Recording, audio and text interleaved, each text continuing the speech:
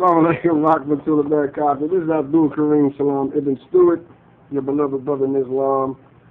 We're going to talk about today the dawah of the prophets. And believe it or not, it's not too much difference in the dawah. Right now we're going to do our usual introduction. All thanks is to Allah, who we seek His help and forgiveness. We seek refuge in Allah from whatever evil our hearts conceal, and from the consequences of our evil deeds. Whoever Allah grants guidance will never be led astray, and whoever He leads astray will never find guidance. I testify none is worthy of worship except Allah, who has no partners, and that Muhammad is His servant and messenger. Alhamdulillah, that's good to know. Real good to know. Because one of the aspects, this is a side note, one of the aspects of saying this all the time is that was the way of the Prophet said it and how he did it, and we do what he does. But it also shows that sometimes you can try to guide people, and they're not gonna take to the deen of Allah, and that just happens sometimes. So don't never give up, and just keep trying, never give up.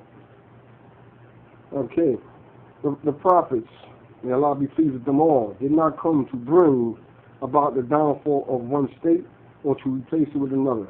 They did not seek after their kingdoms or sovereignty. They did this for the pleasure of Allah subhanahu wa ta'ala.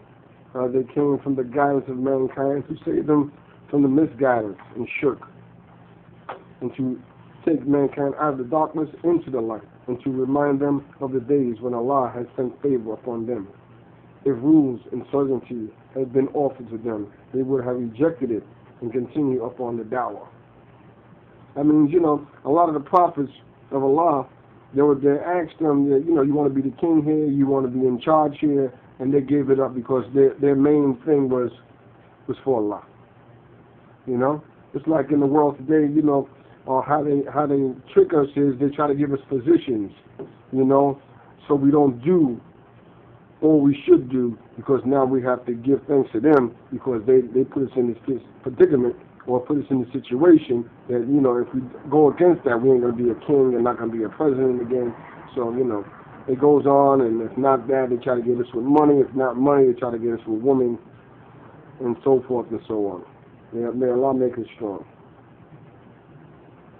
Indeed, the Quraysh offered the Prophet Muhammad, sallallahu alayhi wa sallam, the rulership and being in charge, and he refused it. They also offered him that he should be a prophet, a king, or a servant, or a messenger.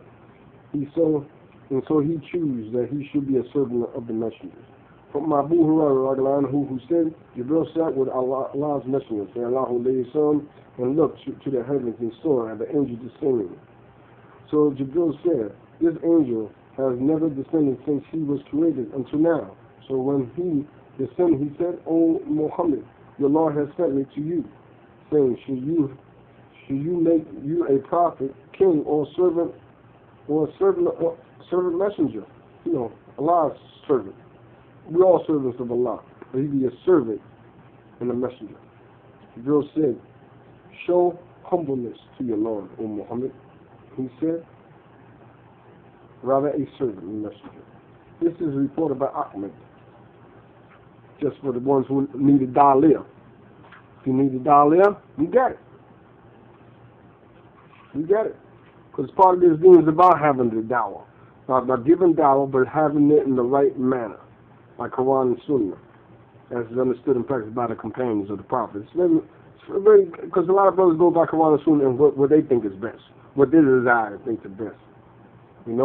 Or some people say there's a people of old. They don't do this no more.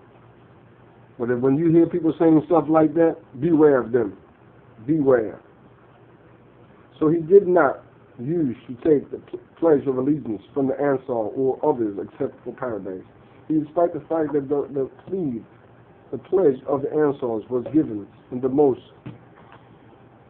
severe and difficult circumstances, yet is concealed no promise of position of authority, no certainty, no leadership, no wealth, nor any other temporary gains. He did it solely for the pleasure of Allah subhanahu wa ta'ala. That's what we should do this deen for, solely for the pleasure of Allah. Alhamdulillah. Allah subhanahu wa ta'ala has blessed us with this deen. And inshallah, the ones that are not on the deen should get on the deen as soon as possible, because tomorrow is not promised to no one. And I'm going to give a side note. The book, the creed of Awasatiyah that's on the picture of this video, do yourself a favor, check it out. Wa alaikum salam, rahmatullahi wa barakatuh.